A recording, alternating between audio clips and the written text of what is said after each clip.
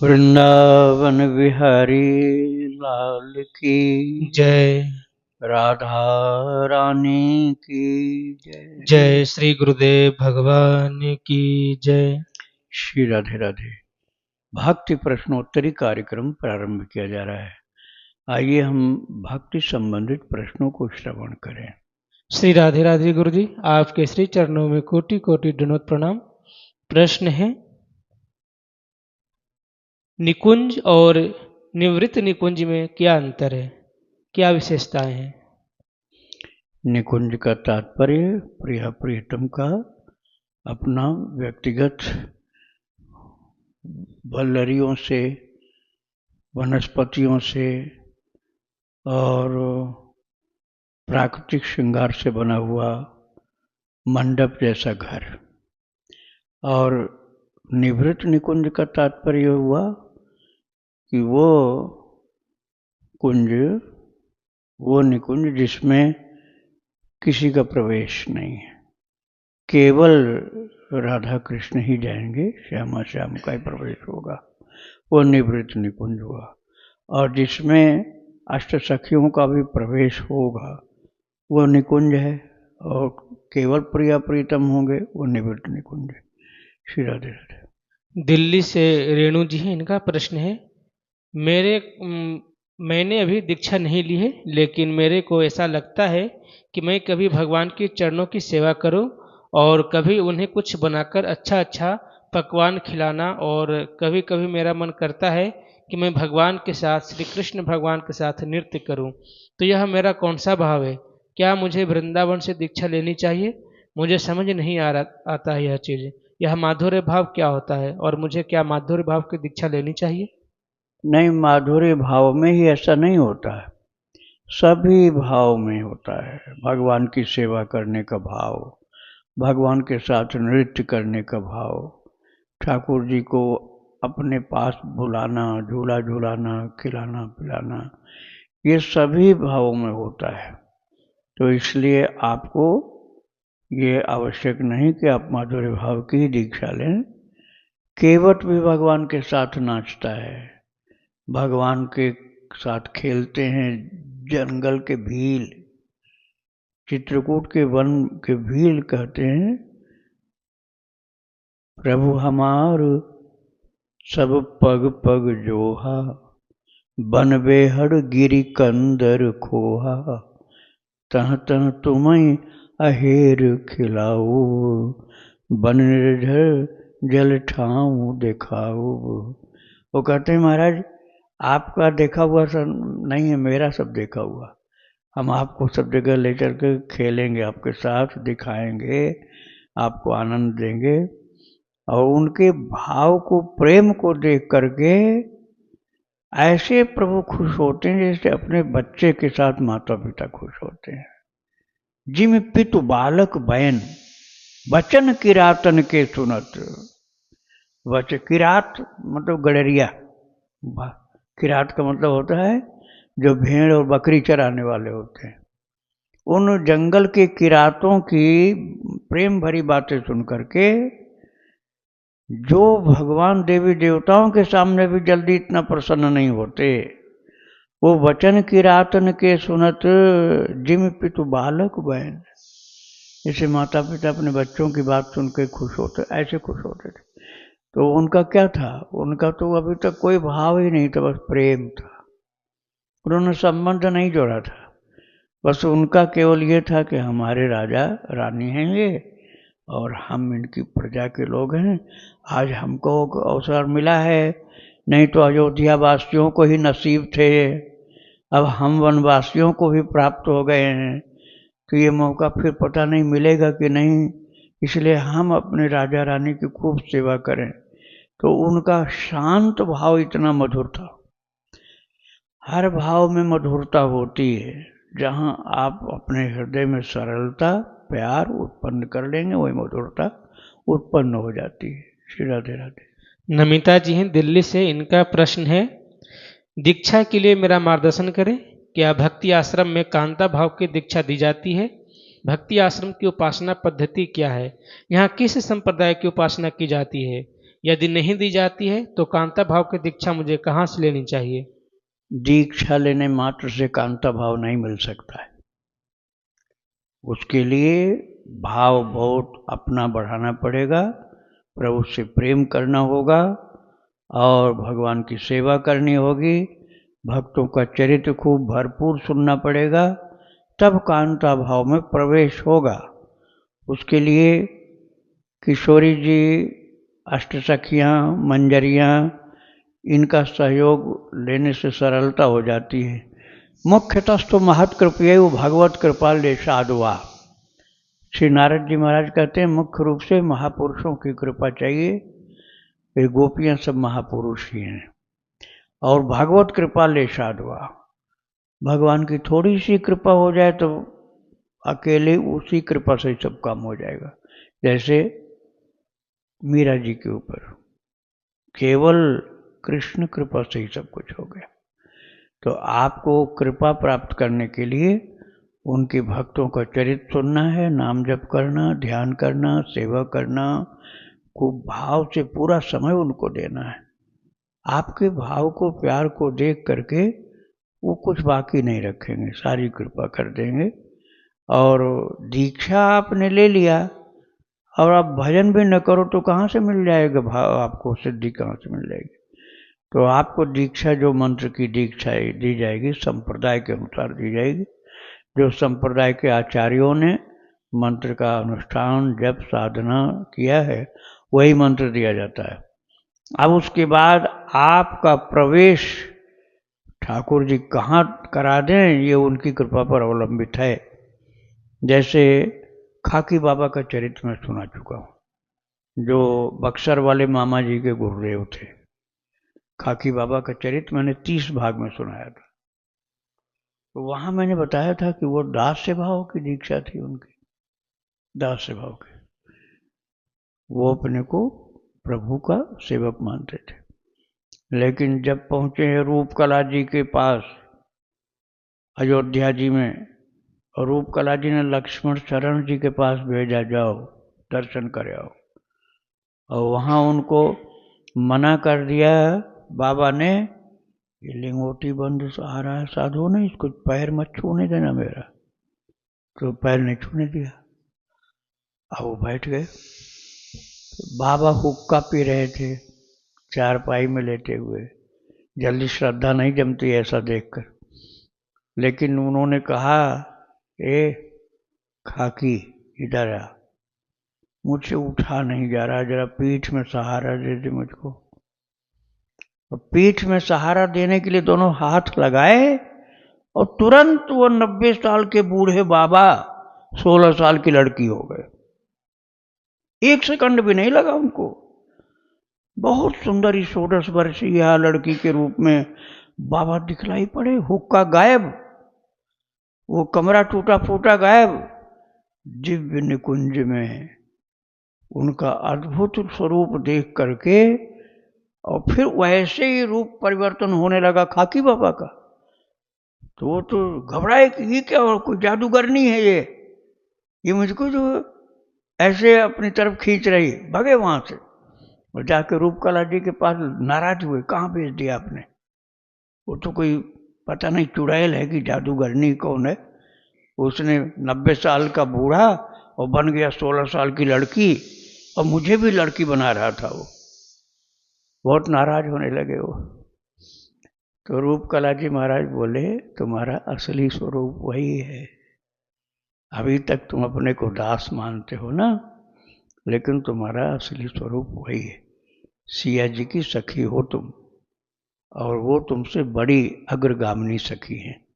उन्हीं अग्रगामिनी लक्ष्मण शरण सखी के पीछे तुमको चलना होगा। एकदम जीवन बदल गया। कहाँ लिंगोटधारी बाबा थे, अब बिल्कुल सखी की तरह चाल हो गई। उसी तरह से भाव, चिंतन, अनुभूतियाँ हो गई। तो उनको कांता भाव की दीक्षा नहीं दी गई थी, केवल बाबा की दृष्टि पड़ते ही हो गया था।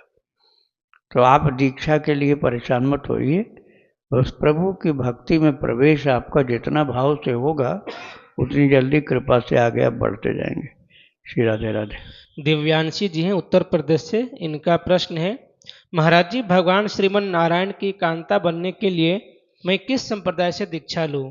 मेरा मन भगवान नारायण के अलावा किसी और भगवत स्वरूप में नहीं लगता और माधुर्य भाव के अलावा और किसी भाव में नहीं लगता। आपने कहा था कि रामानुजन संप्रदाय में माधुर्य भाव नहीं होता, सिर्फ एक दास्य भाव ही होते हैं। तो क्या भगवान नारायण का कोई और संप्रदाय भी होता है? अब मैं किस संप्रदाय में अपने गुरु को ढूंढूं? नहीं, अब आप विश्वास करके नारायण के प्रति यदि आपका प्रेम है तो आप रामानुजाचार्य संप्रदाय में ही दीक्षा लीजिए। गुरुदेव आपको जो मंत्र देंगे उसी को पूर्ण श्रद्धा विश्वास के साथ आप जपना शुरू कर दो। फिर लक्ष्मी जी की सहचरी बनाने का कार्य या प्रिया प्रीतम भाव उत्पन्न करने का कार्य भगवान नारायण का होगा। भगवान नारायण तुम्हारी भक्ति की उच्च स्थिति देख करके तुम्हारे अभीष्ट की प्राप्ति तुम्हें करा देंगे। आप नारायण की उपासना करना चाहती हैं तो अष्टाक्षर मंत्र जो नारायण भगवान का होता है वो उसी संप्रदाय का मंत्र है जो मैंने बताया आपको। श्री संप्रदाय में दो हैं, एक श्री संप्रदाय में रामानुजाचार्य जी हैं और दूसरे श्री संप्रदाय में श्री रामानंदाचार्य जी महाराज हैं। रामानंदाचार्य जी में सीताराम की उपासना है, रामानुजाचार्य में लक्ष्मी नारायण की उपासना है। सिद्धांत दोनों का विशिष्टाद्वैत है और दोनों ही श्री संप्रदाय अर्थात लक्ष्मी से जानकी जी से शुरू होते हैं। श्री राधे राधे।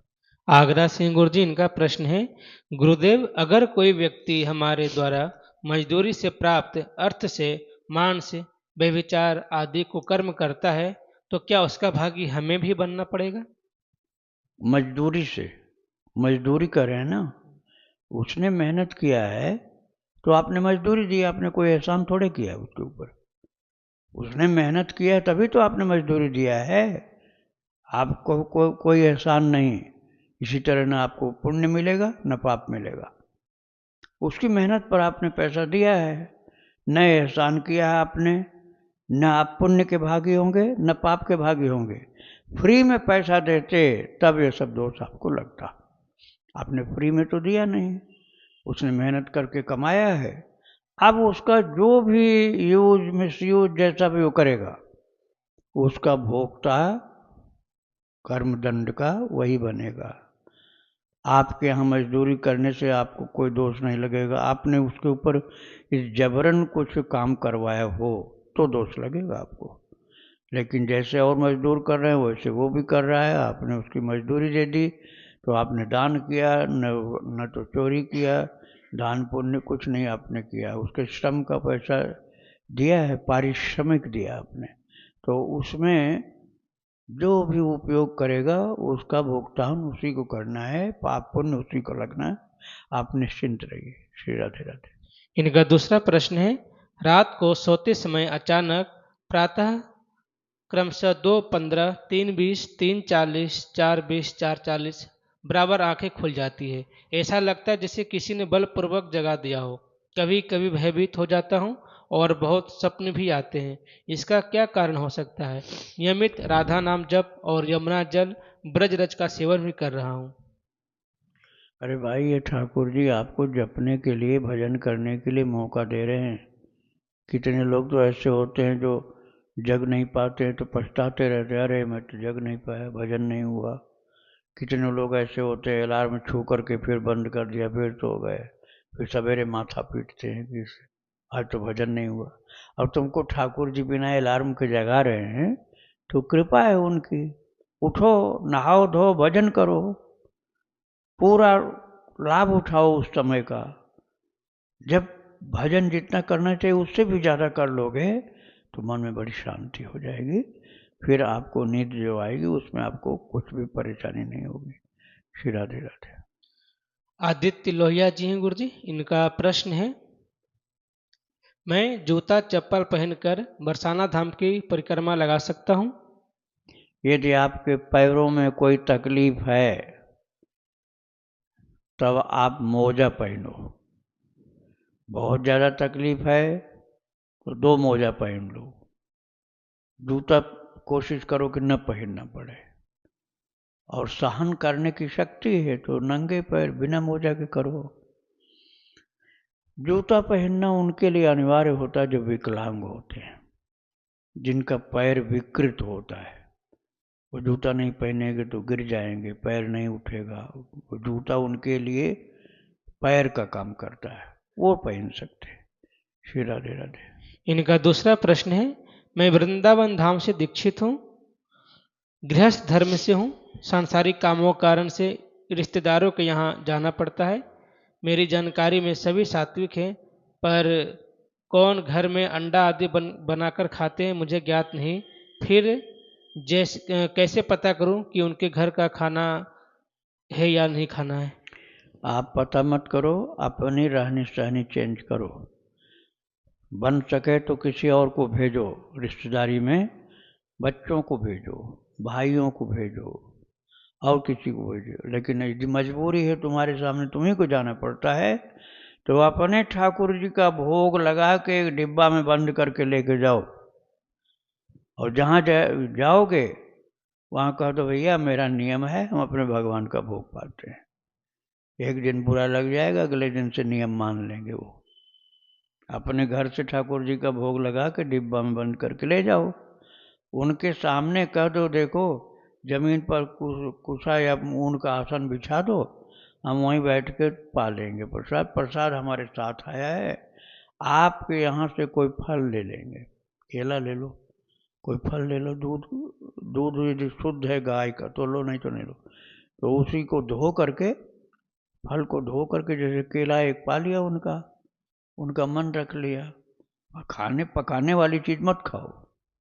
केला तो नेचुरल चीज़ है, फल है जंगल का, वो आपने धो के खा लिया। और वो अपने घर से जो भगवान का भोग ले गए उसको प्रसाद के रूप में ग्रहण करो।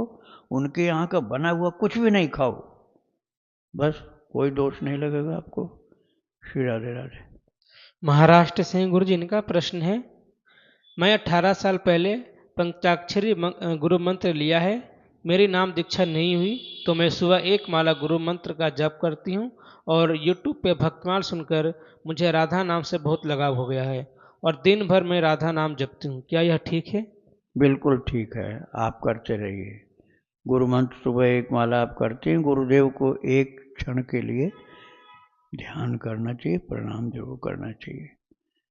देखो बलिहारी गुरुदेव की जिन गोविंद जी मिला है, दिखा है, बता है, तो गुरुदेव की गाइडेंस में, डायरेक्शन में आप भक्ति में चलते हो, इसलिए गुरुदेव को सुबह साधना प्रारंभ करने में एक बार नमन ध्यान जरूर करो। उसके बाद पूरे दिन रात भगवान का ध्यान जप करो, कृतज्ञता के लिए एक बार गुरुदेव को प्रणाम। हाँ, किसी किसी के अंदर गुरु भक्ति होती, वो बात अलग होती है, लेकिन नहीं गुरु भक्ति है, भगवान की भक्ति है, फिर भी एक बार गुरु को प्रणाम करके एक माला जप लो। उसके बाद राधा राधा राधा राधा राधा या राम राम राम या श्री राम जय राम, जो भी नाम आपको अच्छा लगता है वो जपते रहो, रात दिन जपो। नाम अलौकिक साधन है, और साथ साथ भक्त चरितावली जरूर श्रवण करो, तभी उस जप का फायदा आपको पता चलेगा। महान पुरुषों के जीवन के अनुभव के द्वारा आपको प्रेरणा मिलेगी, उनका आशीर्वाद मिलेगा, भगवान की कृपा मिलेगी। इसलिए भक्त चरित भी सुनना है और नाम जपना है। श्री राधे राधे। इनका दूसरा प्रश्न है, मैं दिन भर मोबाइल पर ही सत्संग सुनती रहती हूँ, इसका फल मुझे मिलेगा क्या? मेरा प्रत्यक्ष किसी संत के यहाँ सत्संग नहीं होता, सुनती रहती हूँ बस। बहुत बढ़िया है, अब यही भगवान की कृपा से चल रहा है। अब आपको संत जल्दी शुद्ध मिल जाएं ये कहा नहीं जा सकता है, क्योंकि मिलावट हर चीज़ में चलती है। तो इसी तरह से असली संत कहाँ मिलेंगे, कुछ कहा नहीं जाता। ऐसा नहीं कह रहा हूँ कि हैं नहीं, हैं, लेकिन अब आप खोज पाओ कि न खोज पाओ ये बात है ना। तो जो आपको भगवान का चरित्र सुनावे, भक्तों का चरित्र सुनावे, वो आप सुनो। बिनु सत्संग न हरि कथा, प्रमाण है तुलसीदास जी का। वो कह रहे हैं कि हरि कथा सुनने को मिल रही तो सत्संग मान लो उसको। बिनु सत्संग न हरि कथा, तेहि बिनु मोह न भाग। मोह गए बिनु राम पद, होई न दृढ़ अनुराग। अब मिलहि न रघुपति बिनु अनुरागा। किए कोटि जप दप तप जोग विरागा। भगवान अनुराग से ही मिलते हैं, चाहे जितना तपस्या करो, योग करो, तपस्या करो, बिना अनुराग के नहीं मिलते। और अनुराग कब होगा? मोह गए बिनु राम पद, होई न दृढ़ अनुराग। मोह जाएगा तब अनुराग मिलेगा। और मोह कैसे जाएगा?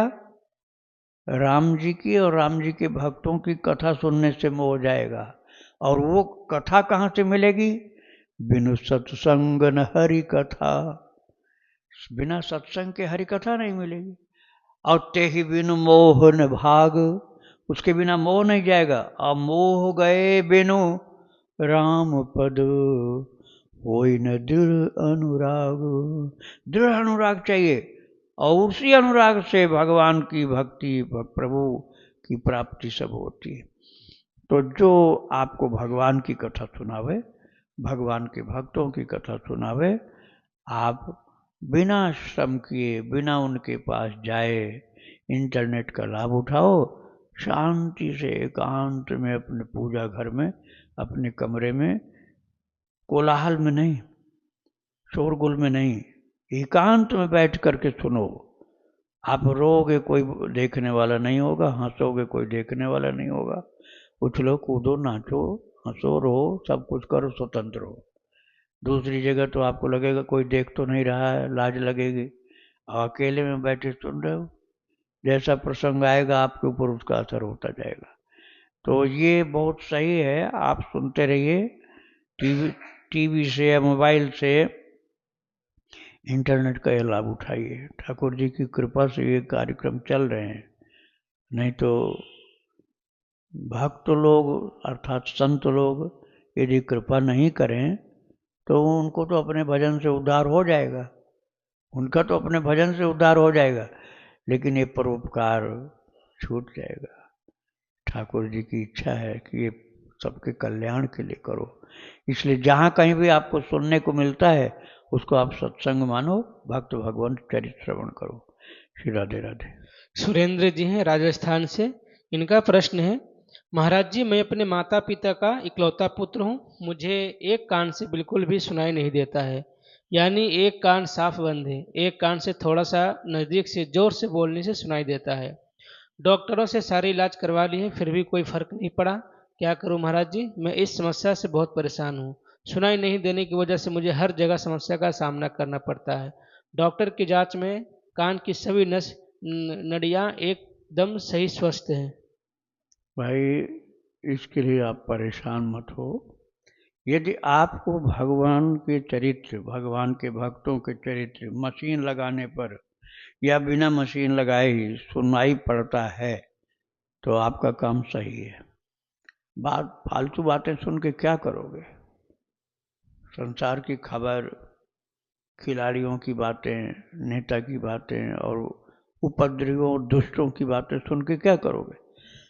यदि भगवान की चर्चा, भक्तों की चर्चा आपको मशीन लगा करके भी सुनाई पड़ती है, क्योंकि इलाज से ठीक तो हो नहीं रहा, तो आप उसका सदुपयोग करिए। मशीन जो सुनने के लिए होती है वो लगा लीजिए, या ईयरफोन लगा करके आपको चरित्र सुनाई पड़ता तो सुनिए, ध्यान भगवान की ओर लगा दीजिए। इस तरह से ये शोक मत करिए, दुख मत करिए। और भगवान ने आपको बेकार की चुगली, निंदा, बुराई सुनने से बचाने के लिए कृपा की है, तो इस कृपा को भक्ति की तरफ मोड़ दीजिए, बस लाभ ही लाभ है फिर। श्री राधे राधे। दिल्ली से गुरु जिनका प्रश्न है, आपने बताया था कि हनुमान चालीसा या अन्य स्तोत्र पाठ की संख्या कम करके नाम जप बढ़ाओ, पर मैंने पाया है कि जब 7 हनुमान चालीसा करता हूँ उस दिन नाम भी पूरा दिन ज़्यादा चलता है और मन भी ज़्यादा लगता है। डर है कि कहीं संख्या कम करें तो नाम में मन कम लगेगा। हाँ, आप बिल्कुल ठीक हैं अपनी जगह। आप अपने अनुभव का लाभ उठाइए। मैंने जो बात बताया वो सार्वजनिक बात बताया, क्योंकि मैंने देखा है कई लोग ऐसे समझ लीजिए तमाम पुस्तकों को ढेर रखते और एक एक करके सबको पढ़ते हैं। एक बार मैंने देखा था एक संत को, वो सुबह जगे तो दोपहर तक उनका पाठ चल रहा था। सुबह से लेकर के दोपहर तक सब पुस्तकें पढ़ते थे और जप करने का समय ही नहीं बचता था।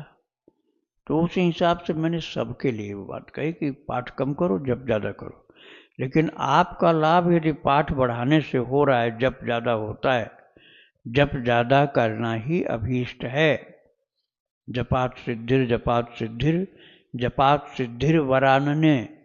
भगवान शिव कहते पार्वती कलयुग में नाम जप ज़्यादा से ज़्यादा करने से ही जीव आध्यात्मिक सफलता प्राप्त करता है। तो आपको जो हनुमान चालीसा 7 बार करने से अधिक नाम जप होता है तो आपके लिए यही उपयुक्त है। अन्य लोगों के लिए मैंने कहा कि पाठ कम करो, जप ज़्यादा करो। श्री राधे राधे। इनका दूसरा प्रश्न है, हनुमान चालीसा में श्री गुरु चरण सरोज रज वाले दोहे का शुद्ध उच्चारण क्या है? मैंने सुना है कि इसको जैसे लिखा हुआ है उससे कुछ अलग उच्चारण है, क्योंकि ये संत वाणी है और इसमें मैंने अलग अलग उच्चारण भी सुने हैं। क्या आप स्पष्ट कर सकते हैं? आप बिल्कुल सही पढ़ रहे हैं, जैसा लिखा वही पढ़ना है, उसमें कुछ चेंज नहीं करना। आपने चेंज करने की बात सोच ली तो आप भटकते रहोगे।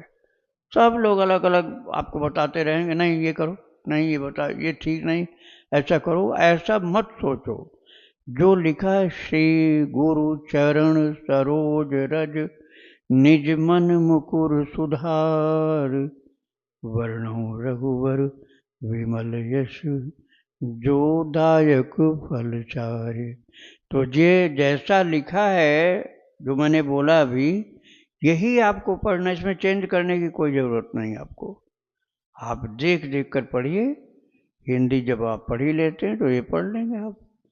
इसमें किसी के कहने में आप दूसरी बात मत बदल देना, नहीं तो गलत हो जाएगा। श्री राधे राधे। राजस्थान सिंह गुरु जी, इनका प्रश्न है, पिछले लंबे समय से राम नाम का जाप करती आ रही हूँ। भगवान श्री कृष्ण का ही चिंतन होता है।